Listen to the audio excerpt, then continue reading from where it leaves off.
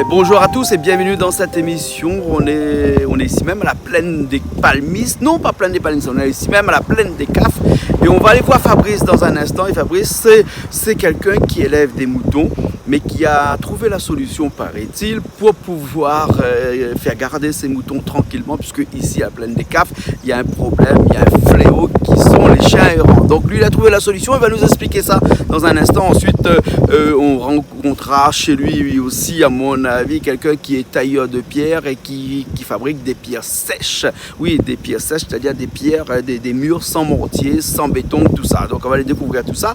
Quand on aura fini, direction du côté de la maison du volcan, un petit peu plus loin, là-haut, la grande ferme, là où on va découvrir Eric, le forgeron. Ici, c'est le seul forgeron qui paraît qui reste ici à La Réunion. On va aller le découvrir, on va nous expliquer son métier. Et tout ça dans une émission qu'on appellera Voisinage, par exemple, ce mois-ci. Allez, nous retrouvons dans un instant.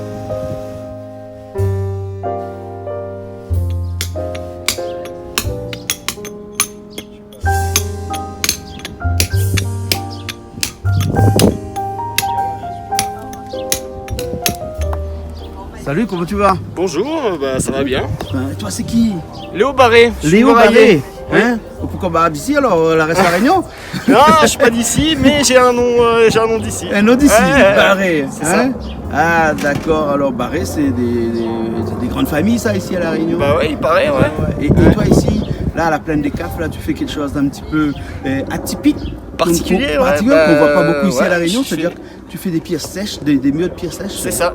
Ouais. Comme vous pouvez voir, là, tout ça, c'est que de la pierre sèche, en fait. Ouais. Et ça vient d'où ça? C'est mondial. Dans le monde entier, on fait des murs en pierre sèche. On a toujours construit des murs en pierre sèche. C'est les premières constructions au Moyen-Âge. Non, mais même que les humains de l'Antiquité utilisaient des murs en pierre sèche. Ils n'avaient pas de mortier, et puis du coup, ils apprenaient de manière autodidacte. Alors, le principe, c'est quoi? Le principe, c'est, si vous regardez derrière, là, c'est créer un rang déjà, que ce soit bien solide, remplir à niveau, et puis au fur et à mesure, au fur et à mesure, la solidité du mur se fait parce que le poids de la pierre du dessus donc c'est un genre de va mur permettre. poids. Oui, c'est ça. C'est exactement ça. C'est ça qui fait le lien en fait. C'est le poids. Mais on fait ça pour délimiter des surfaces, mais on peut faire aussi des murs de soutènement avec ce système de murs sèches. Ça, c'est un mur de soutènement par exemple. Ouais. Il n'y a pas de terre derrière, mais ça peut permettre aussi de faire un mur de soutènement. Il n'y a qu'un parement en fait. Si vous regardez derrière, il est pas très brut. Il est un peu brut. Après. Ouais, voilà, c'est ça.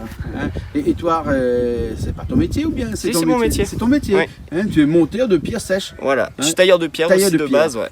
Et tailleur de pierre, tu as appris ça où? Chez les Compagnons à Marseille. À Marseille. Et en métropole là-bas, tu tailles quoi comme pierre? Tout, calcaire.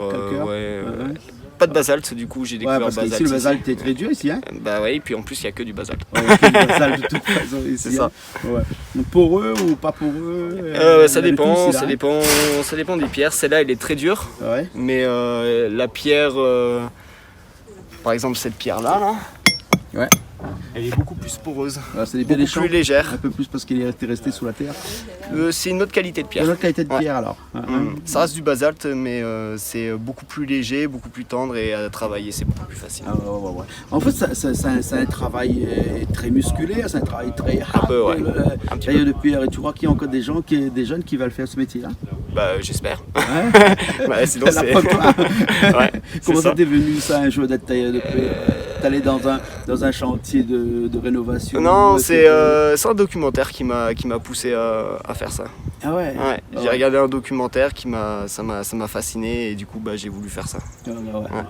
Et là tu es à La Réunion en vacances un petit peu? Non, ça fait 2 ans maintenant que je suis ici. Ça fait 2 ans.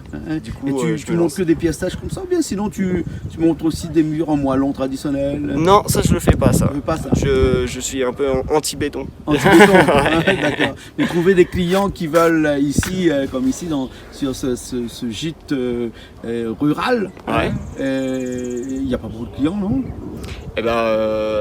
Ça intéresse beaucoup de personnes au final. Parce que ça donne une nouvelle esthétique et puis un cachet. Ça donne un cachet quoi. C'est un peu plus cher mais ça donne. Parce que pour tu montes en moyenne, si on parle en mètres cubes, on va parler en mètres carrés. En cube, tu montes combien par jour? Un mur comme ça, par exemple, je le fais en 2 jours. 2 jours. Ouais. D'accord. Ça, je l'ai fait en 2 jours aussi, celui-là. Ouais. Donc il te faut entre 1 et 2 mètres cubes par jour alors. À peu près, ouais. Ouais. Donc ça revient cher. Ouais. Ah oui, c'est beaucoup plus cher qu'un mur en moellon ou qu'un mur en béton banché. Voilà. Et là, pendant que je te parle, on voit les photos, les images des murs que tu as montés à l'arrière. Toutes ces murs que tu as montés ici, que l'on voit là tout de suite, là, tu as pris combien de temps pour le faire là? J'ai travaillé pendant 1 mois, mais ça consiste à... Enfin, il y avait tous ces murs-là, et j'ai fait tout le dallage derrière aussi la maison, j'ai refait les murs là-bas aussi, j'ai fait un petit foyer là-bas, du coup, il y a beaucoup de travail. Tu travailles tout seul? Ouais. Hein? Ouais. C'est toi qui prends, qui a cherché tes pierres, qui les taille? Non, là c'est Fabrice qui a fait livrer les pierres. Ouais. Les pierres, hein. Mais il faut des pierres vraiment de champ comme ceux qu'on le voit ici, avec la petite tache un peu couleur terre à l'intérieur. Là, ce qui est compliqué en fait, c'est que la pierre, elle a plein de formes différentes. Du coup, je suis obligé justement de négocier un peu en plaçant. Je retaille un petit peu, mais je retaille le minimum. Et contrairement aux pierres sèches que l'on fait nous en moellonnage traditionnel ici et que nos maçons font généralement, là, il n'y a pas beaucoup d'interstices, hein, c'est-à-dire le principe des murs sèches, c'est de caler dans les petits trous ici par des petits bouts de cailloux que l'on voit ici par exemple, là, hein, et ça empêche le bloc de bouger. Lorsqu'on met un bloc sur l'autre et qu'il ne bouge plus, donc il devient solide, il devient un vrai mur. Hein. Ça bouge pas. Ça bouge pas. Hein. Non. Voilà. Et donc tu les cales, comment tu les coinces à l'intérieur? Je les coince à l'intérieur, ouais. Regardez là par exemple là. Ouais, je vois à l'intérieur, tu les coinces à l'intérieur. Hein, au moins comme ça, à l'extérieur, on ne voit pas de petits bouts de granit. Enfin, c'est pas du granit, c'est du basalte qui sort. C'est ça. Hein, ouais, c'est ça. Okay. Je te laisse travailler alors. Hein. Merci beaucoup. Hein, je vais aller voir un petit coup ce qui se passe ailleurs. Hein. Ok, allez. Allez, au revoir. À plus. Alors, Sivadji, il paraît que tu voudrais aussi faire tailler de pierre un jour. Non. Pourquoi tu ne veux pas faire tailler de pierre? Montre-moi tes mains là. Non, tu ne peux pas faire tailler de pierre. Mais c'est bien, c'est un beau métier, tailleur de pierre. Ouais, c'est trop long. C'est trop long? Oui. Oui. En fait, c'est un peu comme un peintre, tailleur de pierre, parce qu'il prend son temps. C'est un artiste, hein? Oui. C'est pas forcément c'est un ouvrier artiste. Un ouvrier artistique. Artistique. Ouais. Ah bon, alors. Et donc, t'as vu comment il fait ça? Ouais, en fait, il taille les pierres pour que les pierres s'emboîtent, pour que ça bouge pas. Ouais. C'est différent qu'un monteur de moellon, hein? Ouais. Non, c'est pas et là, ici, il a fait un foyer. Hein, et avec de la pierre autour. Un foyer, pour ceux qui ne connaissent pas, c'est comme une cheminée. Un foyer? Ouais. Ouais, un endroit pour faire du feu, pour cuire à manger. Hein. Voilà. Hein, et il y a le feu au milieu. Hein. Son mur, il est stylé. Ouais. Ah ouais, il est stylé son mur. Hein. Ah ouais. Hein. Tu sais, pas besoin de ciment, pas besoin de sabre, rien du tout. Hein. Ouais, mais c'est long. Ah, il faut un peu de temps. Hein. Voilà. Hein. Et puis après, il faut un coup de main aussi. Et puis une certaine patience. Hein, parce qu'il faut de la patience pour faire tout ça. Hein. Oui. Ah ouais. Et donc c'est ici même à la plaine des Cafes, hein, qu'on trouve encore des gens qui arrivent à faire des murs pierre sèche. T'as vu ça? Qu'est-ce que c'est? C'est un mouton, un bouc. Un bouc? Ouais. Ah ouais.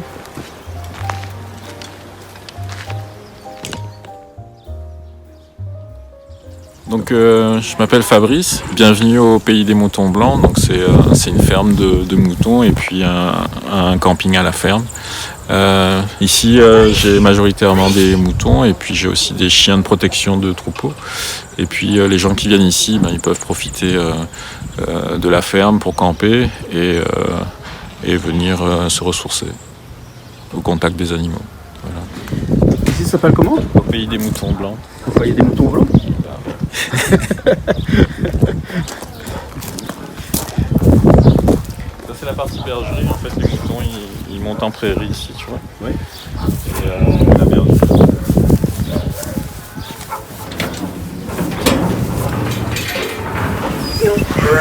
Ah, t'as des chiens blancs. Ça va les gars? Ça va, T'as vu les chiens? Ouais. Ce c'est ça. Ça, c'est son chiot. Elle a eu 11 chiots il y a 6 mois. Elle s'appelle Léa. Et les chiens, ils cohabitent bien avec les moutons? Leur boulot là, c'est de protéger les moutons. Ah ouais, d'accord. Donc ça s'appelle des montagnes des Pyrénées. Et ils naissent avec les moutons. Et les moutons, c'est leur famille. Ah ouais. Et du coup, j'ai pas de problème d'attaque de chiens, j'ai pas de problème d'attaque de vol, j'ai pas de problème. Voilà. Donc on les a mis en place pour protéger les... Alors, mais comme on a beaucoup de problèmes ici sur la plaine des Palmistes avec les chiens errants, plaine des Caves ici. Plaine des Caves, pardon, plaine des Caves avec les chiens errants. Donc la solution serait de... C'est le chien. C'est ce chien-là. C'est vraiment la spécificité de ce chien-là, parce que c'est une race de chien qui sert à ça. Il y a plusieurs races qui servent à ça, mais celui-là, en fait, ça s'appelle le montagne des Pyrénées. Il est très utilisé dans les Pyrénées pour la protection contre les ours, les loups. Il protège les troupeaux. Quand tu as un bétail qui fait 400 têtes, en général, tu as 4 ou 5 chiens comme ça avec, qui sont dans les alpages. Donc un poisson seulement, hein? Ouais, c'est ça. Un poisson de chien pour le nombre de bétail. Hein. Mais pourquoi c'est mal connu? Parce qu'il y a beaucoup de gens ici qui se plaignent des chiens errants, donc ça veut dire qu'ils n'ont pas les chiens qu'il faut pour protéger leur troupe. Hein. En fait, on a commencé à mettre ça en place il y a 4 ou 5 ans. Il y a beaucoup d'élevages maintenant où ils ont ce type de chien-là. Oui. Il y en a beaucoup qui ne connaissent pas encore ce type de chien-là. Mais après, c'est quand même une mise en place, c'est-à-dire qu'il faut que les gens mettre en place le chien avec les animaux, tu vois. Et donc il y a un temps d'adaptation. Il y a un temps d'adaptation. Il y a aussi. Il faut commencer très jeune avec des chiens qui sont jeunes. Il faut commencer à mettre le chien très tôt soit dans les poules, soit dans les bœufs, soit dans les moutons, soit dans les cabris, mais il faut qu'il soit très tôt dedans. Voilà. Et après c'est une mise en place et le chien il reste avec et il grandit avec, et une fois qu'il grandit avec, c'est sa famille. D'accord. Donc l'adage, enfin ceux qui disent qu'il faut pas mettre les loups dans la bergerie, là, le chien n'est pas un loup ici, c'est un ami des moutons. Hein. En fait, tu guéris le mal par le mal. Guéris le mal par le mal. Tu guéris le mal par le mal. Ah, ouais. Et il y a beaucoup de chiens errants ici à Plaine des Caves. Ouais. C'est vraiment un fléau. Moi j'ai eu une attaque en 2014, une attaque de chiens. Ils m'ont tué 11 agneaux comme ça. Là. Ah ouais? 11 agneaux. Je suis arrivé, il y avait 11 agneaux à terre comme ça. Et là dans ce moment-là, tu n'avais pas encore ce chien-là? Non. Ah ouais. Et c'est ça qui a fait que tu as cherché qu'est-ce qu'il faudrait pour résoudre le problème. Ça, hein. Et depuis, plus d'attaque. Ni de vol, ni d'attaque, ni rien. Pas un problème. D'accord. Et ces chiens-là, est-ce qu'ils sont dangereux pour les personnes qui viendront éventuellement essayer d'entrer dans la bergerie? Donc là, tu me vois, si je suis là, ça va. Ah ouais.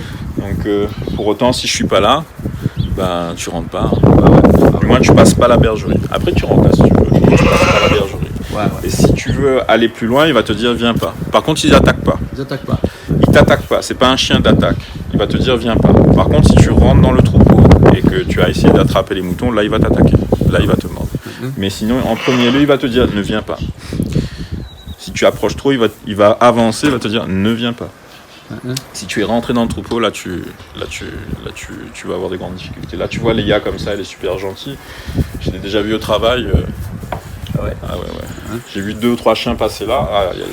Et ils sont entraînés avec un maître chien ou bien sinon? Non du tout, c'est une mise en place. C'est une mise en place seulement. Ils naissent dans le troupeau, ils grandissent avec le troupeau. Ce qui est important, c'est de leur apprendre le nom, tu vois, parce que leur nom. Il faut que, comme c'est des chiots au départ, donc il faut leur dire qu'est-ce qu'ils ont le droit de faire, qu'est-ce qu'ils n'ont pas le droit de faire avec le nom. Après, il faut que tu leur apprennes la laisse. Une fois que tu as fait ça, et le rappel, c'est-à-dire quand tu les appelles, il vient. Léa, viens ma belle. Viens ma chérie. Ouais, viens ma belle.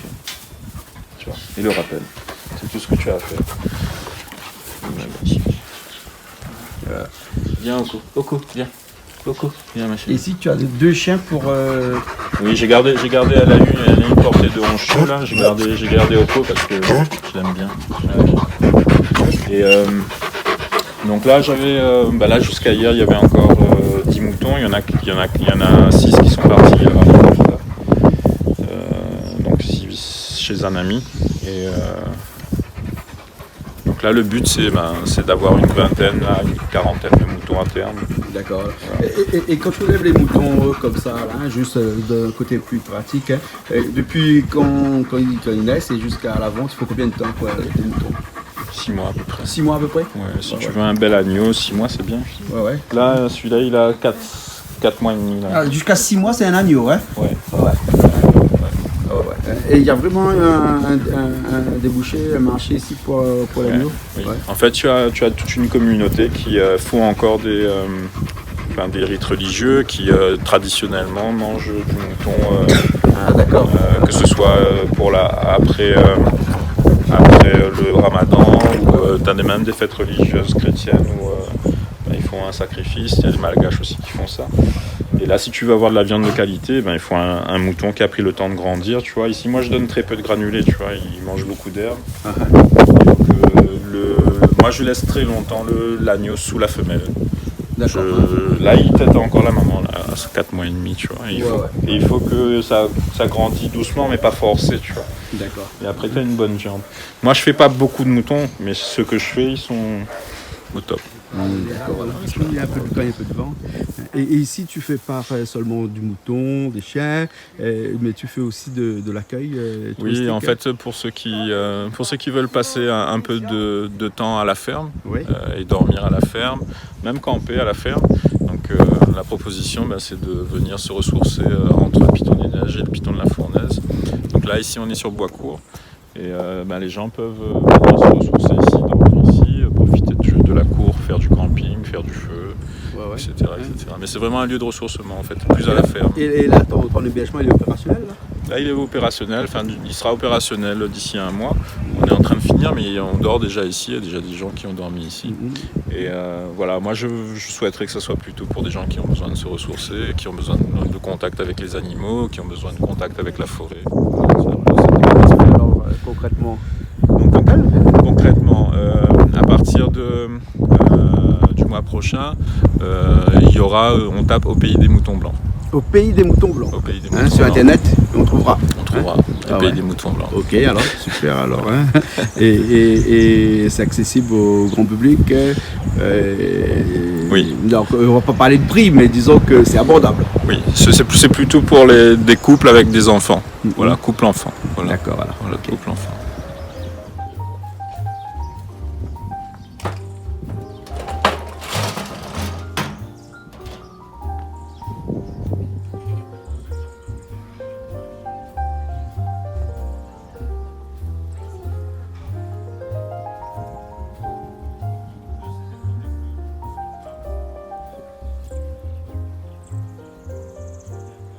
Ah ouais.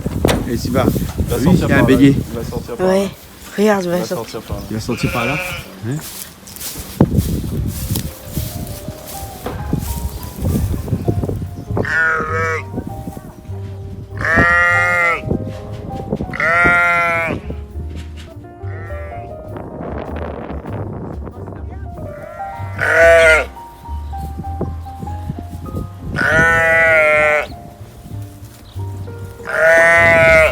Ah ben, il est rentré.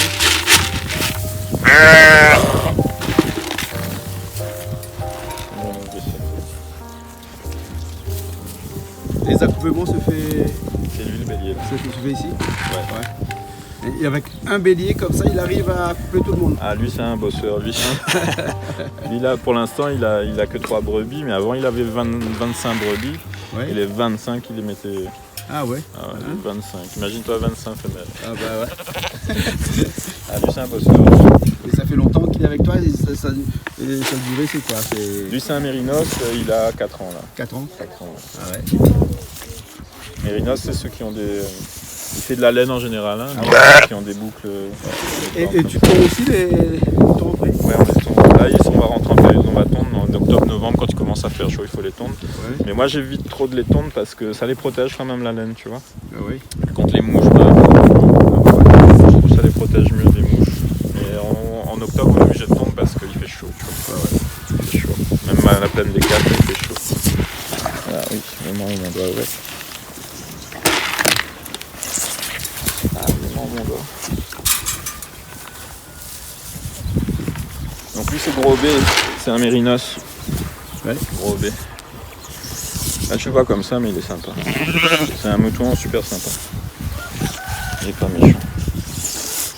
Quoi, les béliers sont méchants généralement, ils foncent. Ah, avant j'avais un bélier, je pouvais pas rentrer dans le parc. Ah ouais. Ah ouais, je pouvais pas rentrer dans le parc, donc j'avais des border collies. Donc j'ai envoyé les chiens pour qu'ils sortent le bélier. Donc je leur demandais de sortir le bélier. Une fois que le bélier était sorti, je pouvais rentrer dans le parc. Mais avant j'avais des border collies, c'est les chiens qui rassemblent, là, les chiens de troupeau. Et lui, je peux rentrer dans le parc, il me laisse tranquille. Mais un bélier, ça porte bien son nom. Quand ça te met un coup de tête, ça peut te déchirer, quoi. Voilà. Donc à bientôt au pays des moutons blancs. Ok, allez, nous retrouve. On retrouve. Hein? Salut. Allez, au revoir.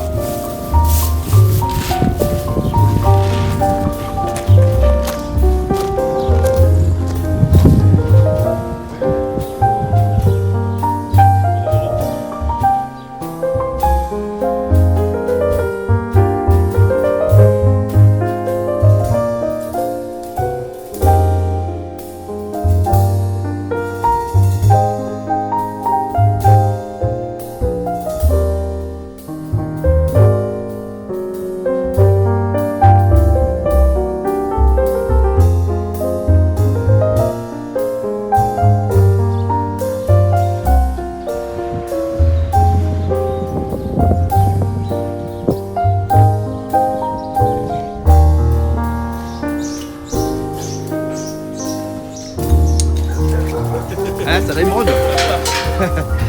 Il faut le chien ici pour garder la case, pour garder le troupeau et tout ça. Bah, Hein, oui, ici, bah. tout le monde en tout cas aime le chien. Hein? Tout le monde aime le chien. Oui, ici en haut, oui. Ouais. Bah. Bonjour, oui. Ah, aussi Eric. Eric, ouais. Et ici, Eric. tout le monde y connaît où parce que ici, au Forge. Voilà, moi c'est le seul forgeron dans le coin, quoi. Ça, le Forge dans le coin Dans le coin, de la Réunion De la et de Réunion. France aussi. de France aussi. Oui, parce que la spécialité que moi m'y fait, n'est pas un monde y fait. Pareil que vous faites des outils, Voilà ça, il me fait les outils. les outils agricoles.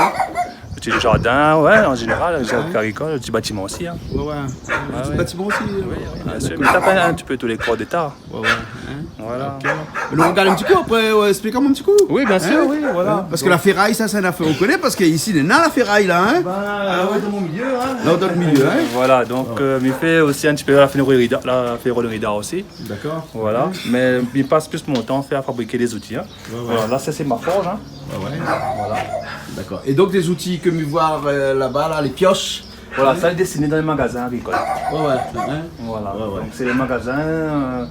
On a un distributeur qui donne à moi les outils, il lui redispatche dans les magasins agricoles. D'accord. Voilà. Hein? Mais vraiment, de spécialité, c'est les pioches ou bien sinon c'est les... Ah, ben tous les outils. tous les outils. Hein? Ouais, tous les outils. Les pioches, pic, hache, sabre, tout comme ça. Ouais, ouais, ça aussi. Oui, voilà, oui. D'accord. Et comment on arrive à l'idée de faire la forgeron comme ça? C'était un métier que vous voulez depuis trop petit ou bien sinon on arrivait par un besoin que les agriculteurs n'avaient pas d'outils qu'il fallait? Non, c'est en fin de compte, c'est mon beau-père après moi le métier. Hein. Moi, il y en a plus de 20 ans de métier. Hein. Ouais, ouais. Voilà, donc on est arrivé ici en haut, mais je n'étais pas natif d'ici. Hein. Ouais. Voilà, moi, je suis quelqu'un de Saint-Louis. Donc, comme on arrive ici en haut, comme on rencontre madame. Ouais. Voilà, donc. Votre père dit comme ça il faut mettre au travail. Non, pas spécialement. Comme on avait bossé, et il a fait toucher moi un petit peu. Et comme on mettait un peu manuel aussi, donc il fait que maintenant on commence à toucher, et à force de toucher, ben là jusqu'à demi il touche encore. Ouais, ouais. Ouais. Donc voilà, moi, on a fait mon métier. Ouais, ouais, ouais. Voilà, on a fait Hein. mon métier. Le métier de forgeron, il paraît que c'est un métier très dur, ça. Hein. Et d'ailleurs, il suffit de regarder le doigt. Hein. Non, ben après le soir il est propre. Hein. Les durions, ils restent le soir, ils sortent pas le soir. Non, ben non, mamie, il traite avec l'huile d'olive. Ah, l'huile d'olive. Ah, Voilà, d'accord, bah ouais. d'accord, Tous les jours, il mettait un carafine de travail, un petit peu d'huile d'olive sur les mains. Voilà. Et vous faites ça à Pas comme j'ai l'ancienne? même pas oublié, venez à madame à côté. Bah oui, voilà, c'est la montée à hauteur. Ah, voilà, Faut pas oublier exactement. qu'on fait la montée à hauteur. Travail. Voilà. Et me dire que qu'on forge là, on forge encore à l'ancienne, c'est-à-dire que mi voit comment ils appellent ça? Ouais. L'enclume. L'enclume, hein? Dans le monde dessin animé, ils trappent bonnes affaires comme ça, ils envoient des sites de monde pour. Dans le dessin animé seulement. Oui, dessin animé, ça va être dessin animé, ouais, ça c'est tout le monde, ça les mouler ça. Hein, Et après par-dessus, où il y a un revêtement d'acier assez costaud, assez résistant. Ouais, ouais. Qui doit faire plus de 64 HAC. Donc ça veut dire ça c'est un terme technique, on dire c'est la dureté de. La dureté de l'acier. Voilà, Ouais. voilà. Parce que pour les pioches, les pelles qu'on fait, les outils qu'on fait, ici là, comment on arrive à durcir le métal? Et déjà, au départ, c'est quel type de métal qu'on utilise? Ben, moi en général par exemple, c'est une fabrication artisanale, mais fabrique des lames de ressort qu'on récupère. De camion? Ouais. Ah ouais, mais voyez là-bas, là, toutes ces lames de ressort là, hein. Il paraît que c'est très dur, ça. Même les outils pour les machines-outils comme une toupie par exemple, les menuisiers qui il connaît, hein. Ils fabriquent aussi des Ben les pas assez dur encore pour moi. C'est dur encore? Ouais. Donc moi des fois, pour un certain travail, il doit rajouter encore un métal assez dur dessus. Voilà. Donc, des fois, il rajoute. Par exemple, lui, en termes de dureté, lui, ça va jusqu'à 50-54. En HRC. Et moi, il rajoute un de plus, comme ça, un petit métal qui fait dans les 60-62 HRC. HRC veut dire quoi? Haute résistance. En fin de compte, c'est la résistance, comment dire ça, après une trempe, où il y en a un haute, une dureté assez, voilà, très dur. Et la dureté, il monte en fonction du nombre de trempes qu'on fait. Plus on fait des trempes, plus la dureté monte. Non, pas spécialement. Chaque cassine a un type de, c'est une nuance en fin de compte. Chaque cassine, il y a plusieurs nuances, et chaque nuance, il y a un thème, on va dire comme ça, où on a des fiches techniques. Voilà, il y a des fiches techniques à respecter, à utiliser, mais qu'on ne connaît pas, ça rechercher. Voilà. Et moi, ça rechercher comme je ne connais pas. Et on recherche comment? À la tâte? C'est-à-dire que. Oh, mais des fois, c'est. Fabrique. Non, c'est des recherches. C'est comme ça. Il prend un métal, ou ça essayer, ou ça va essayer tout type de trempe. Voilà. Des fois, il peut prendre 5 minutes. Comme il peut prendre 2 jours, 3 jours, une semaine. Voilà, ça, c'est la recherche. Pour les gens qui écoutent à nous, qui ne connaissent pas quoi est la trempe, c'est-à-dire que vous prenez l'acier ou chauffe à lit. Et ensuite, alors on va aller dans la simplicité, on va dire comme ça pour que les gens les comprennent. C'est que la trempe, c'est, on va dire, elle est assez vaste. C'est pas un truc, on va dire comme ça, voilà, il prend, il chauffe, tu tombes dans l'eau et voilà quoi. Non. La trempe, c'est, on va dire, on a la trempe et un revenu. Voilà, la trempe dans l'ensemble, la trempe d'un outil, par exemple, voilà, il chauffe l'outil à un certain degré de température. Voilà, une fois trouvé à degré de température, il trempe dans l'eau, à l'huile ou à l'air. D'accord. Voilà. Et après, à côté de ça, il y a le revenu. Voilà. Et le revenu, c'est quoi? Alors, par exemple, où ça va dans une trempe à l'eau, par exemple. Donc, où chauffe à peu près l'acier. Quel que soit l'acier, on va dire, pas quel que soit l'acier. On a un certain acier, on va un degré un peu plus, mais en voisinant à peu près à 800-900 degrés, d'accord, on va chauffer, et après il trempe. Dans l'eau par exemple, voilà. Une fois trempé, on demande un revenu derrière. Voilà, donc voilà quoi. Le revenu, c'est rechauffe l'acier à une basse température. D'accord. Voilà, pendant 1 temps, 2 temps, 3. Voilà. Et une question qui vient à moi à l'idée comme ça, c'est-à-dire que quand on fabrique des pioches par exemple, toute bonne pioche est pareille. Tout le monde pioche est pareil, plus ou moins. Un moule ou bien sinon elle est à l'œil, ou sinon on utilise des équerres, des compas, ou fait par annualité, ou comment? Non, ça c'est des outils rebattus, pas ça. Voilà. Normalement, ça il est forgé au départ dans une grande usine. D'accord, on a des lopins, le lopin c'est un métal. D'accord, on prépare, et après il passe sous presse. Voilà, tac, c'est encore en grande quantité. Voilà. D'accord, jusqu'à la trempe. Et après, il arrive ici à La Réunion. D'accord, donc La Réunion, donc lui, soit ils vont comme ça, en bleu là. Ou bien il repasse à l'atelier. Voilà, donc ici, là, par exemple, il repasse à l'atelier et moi, il me redonne la façon créole. C'est-à-dire, on repasse à l'île. Voilà, il reforge entièrement. On retrempe à l'île tout le temps. Ah oui, bien sûr, là. Voilà. Donc, ils remettent à rouge entièrement. Donc, par exemple, si vous voulez voir comment ils travaillent, il n'y a pas de souci. D'accord, et donc, l'île dure un petit peu plus longtemps après? Ah oui. Par exemple, le pioche bleu là-bas, par exemple, je travaille directement avec lui. Il va durer quoi, 3-4 ans. 3-4 ans. Tandis qu'avec moi, il va durer encore beaucoup plus longtemps. Ouais. 3 fois plus. Et les pioches de ces agriculteurs-là, un petit peu comme votre deuxième madame, ça. Ils ont ça tous les jours dans la main. Et donc, du coup, ils ont attachent à autres pioches. Ce qui fait que ils aiment bien ne passer par les autres outils de travail. Bien, et donc, c'est pour ça que. Tu appelles ça des autres stylos. Des autres stylos. Voilà, des autres plumes, quoi. Ben oui. Voilà. Donc, c'est ça, des autres outils de travail, quoi. Ouais. Tu nourris d'autres familles avec ça. D'accord, voilà. Ok. Et ici, à la Plaine des Cafes, on a beaucoup d'agriculteurs qui viennent voir pour les outils. Ah ben oui, pas que la Plaine des Cafes. Un petit peu dans toute la Réunion. À La Réunion aussi, ouais. D'accord. On a des outils qui partent en métropole aussi. Et déjà, arrive à vous de faire des outils un peu spécifiques, c'est-à-dire un agriculteur qui arrive, il dit, un outil, voilà, m'a dessiné un petit dessin, est-ce que vous pourrez faire ça pour Oui, moi, bien sûr, oui. Il pourrait arriver? Ah oui, il peut arriver, oui, bien sûr. Mais j'ai fabriqué personnalisé. Personnalisé. Et donc, les prix, généralement, sans donner de prix, c'est des prix abordables ou bien sinon Ici, chez moi, l'abordable, comme c'est mon métier, donc on n'en profite pas parce que on est les seuls forgerons taillandiers de l'île. D'accord. Donc, non, mais je respecte un petit peu, on va dire comme ça, le temps de travail qu'on y passe dessus. Voilà, mais c'est pas un largement un bénéfice dessus, c'est un petit. Mais comme on est tout seul, donc il n'y a pas de concurrence. différence, une pioche, peut-être nous à peu près combien il coûte? Par exemple, une pioche comme ça, il peut arriver jusqu'à 45 €. 45 € alors? Voilà. D'accord. Hein. Il faut quoi? Une journée de travail? Ah non. Une journée de travail. Non. Par exemple, si tout dépend, il varie par exemple de 40 € à 50 € la pioche. D'accord. Par rapport au temps que ça passe dessus, dépend que l'agriculteur que ça il veut. Ouais. Voilà. D'accord, alors, ok alors. Ok alors, écoute, merci bien. J'étais content de découvrir un petit peu tout ça. Pendant que nous avons causé tout ça, on a des images que nous allons mettre à l'arrière. Donc les gens maintenant ils connaissent un petit peu c'est quoi le métier du forgeron. Oui, voilà. Forgeron spécifique. Spécifique, la taillanderie. Voilà, la taillanderie. Voilà. Moi, comment vu le nom taillanderie d'homme qui c'était où? Non, moi, il me dit Eric Taillandier, il appelle comme ça. Parce que nous, on a un camarade qui appelle ce nom-là. Ah, d'accord. Oui. Non, moi, c'est forgeron taillandier, c'est la spécialité. La spécialité. Voilà, c'est la spécialité. On va dire ça, c'est moi le seul à le faire à La Réunion, un des seuls aussi à le faire en France. Parce que c'est un métier qui est en voie de disparition. On a vu le seul récemment, pas l'année dernière, l'autre année. Oui. Le gars avait à peu près 80 quelques années, mais il ne forgeait plus. Donc il visitait son atelier et tout. Donc voilà. Et où pas de couteau, pas on forge pas de couteau, Si, il arrive à moi. Parce que moi, le chinois, ici, il est tout là de gros couperé. Et quand on demande à Zotan, qui vient faire la cuisine chez nous à la télé, on demande m'a fabriqué, moi ça. Non, mais en fin de compte, la taillanderie regroupe beaucoup de choses en fin de compte. C'est un grand mot, taillandier, tout ce qui coupe. Ouais. Voilà. Tout ce qui coupe. Tout ce qui coupe. Tout ce qui taille. Voilà, tout ce qui coupe. Donc, si nous remontons un petit peu dans le temps, dans la taillanderie, le forgeron était un seul mot. Ouais. Le forgeron est le même. Ouais. Voilà. Donc, après, au cours des années, il y a beaucoup de forgerons qui s'est installés sur le monde, on va dire comme ça. Maintenant, on va spécialiser. Chaque forgeron, il y a une spécialité. Donc, dans ce domaine, c'est-à-dire son travail le plus compétent. C'est-à-dire son esprit n'est pas ailleurs, quoi que ce soit, mais il est plus concentré sur un domaine. Voilà. Et la taillanderie est regroupée tous ces domaines-là. Voilà. Et lui, la taillanderie, il intervient dans tous les corps d'État. D'accord. Voilà. Donc, c'est-à-dire, il est spécialisé par exemple sur le métier de BTP, charpentier, agricole, voilà.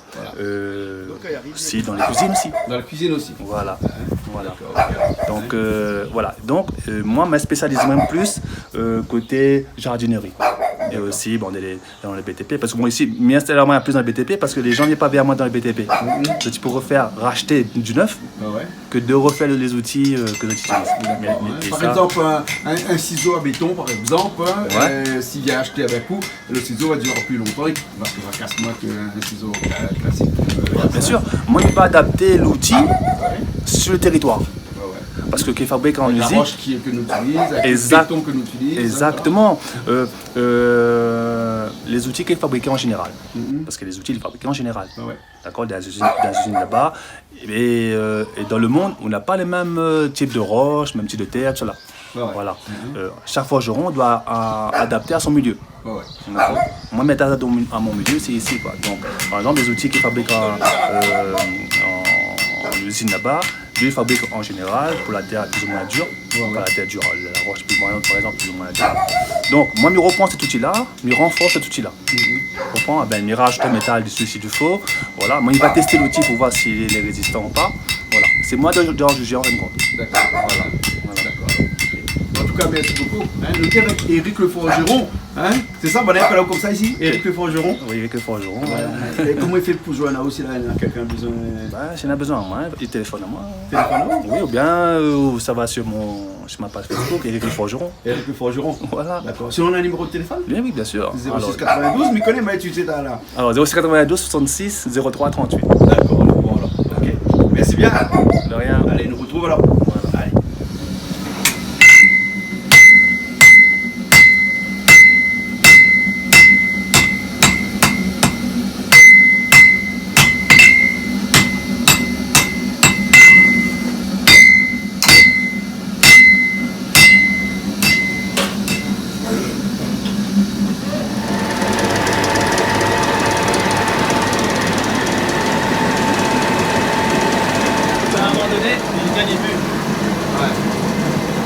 À force de lever, il gagne plus.